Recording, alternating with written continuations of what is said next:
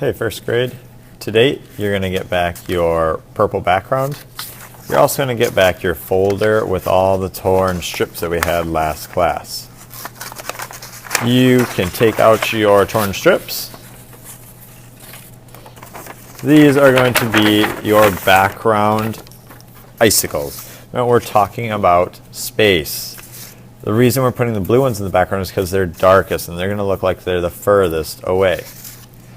Off of the supply table, you're going to need to get one white sheet of paper, one gray sheet of paper, and a piece of blue chalk. The very first thing you're going to do is you're going to take that chalk, you're going to gently chalk the edge of your blue icicles. When you chalk, you need to chalk the same side on every one. So if I'm chalking on the right side, I need to do that on all of them. You can also take your finger and give it a gentle rub if you would like. The reason we are chalking them all on the same side is because if there was a shadow, it would be all on the same side. Alright, so I've got some chalk added to these blue ones. Now I can glue them to my background.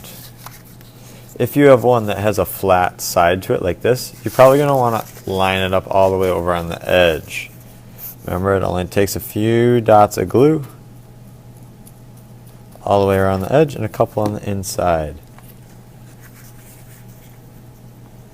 I'm going to glue these along the top. You can leave some space between them too if you would like. They don't need to be all right next to each other.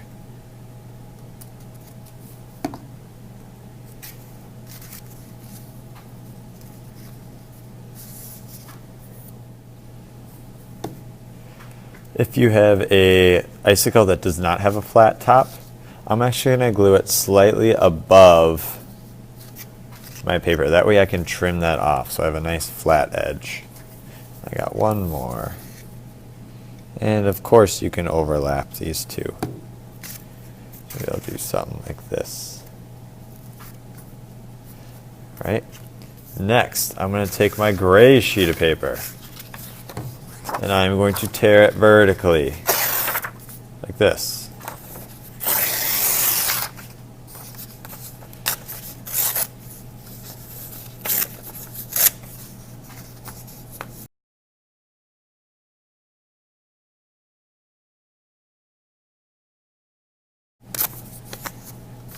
Now I can chalk the right side of these icicles, making sure to chalk the same side every time.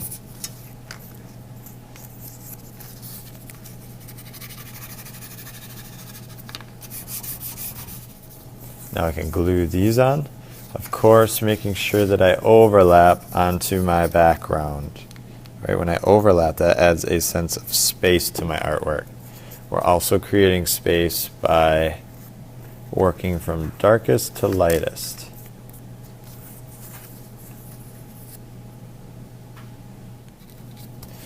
Alright, here's where I'm at so far. You might want to flip it over and give it a back rub. Make sure that all those icicles stick.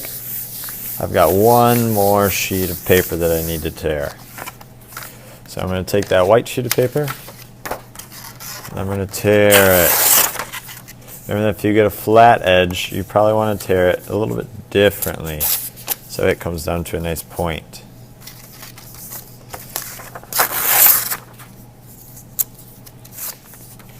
Alright, and of course I need to chalk them.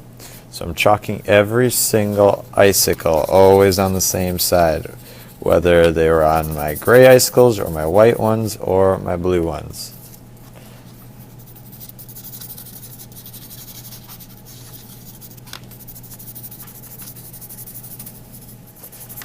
I'm also going to take these white ones, I'm going to crumple them up. And then I can uncrumple them. This is going to create something called texture, and texture is how something feels. The reason I'm doing it with the white ones is because the white ones look like they are the closest to us. So those are the ones that we're going to be able to see the most details on. You're not going to see a lot of little details and textures on things that are far away. So crumpling them up and then uncrumpling them.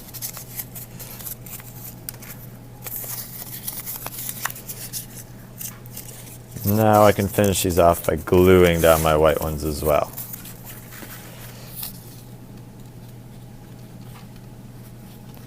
These ones are going to be a little bit harder to glue on, so make sure to give that a nice back rub.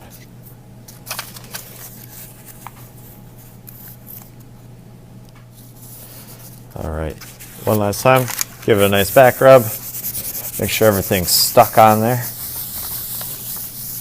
Then you are done for the day. Remember that you're starting with your blue ones that you tore last time, adding some chalk to them, then gluing them down. Then you're going to move on to gray. Tear them, add chalk, glue them down. Last but not least, tear your white ones, add the chalk, crumple them up this time, and then glue them down.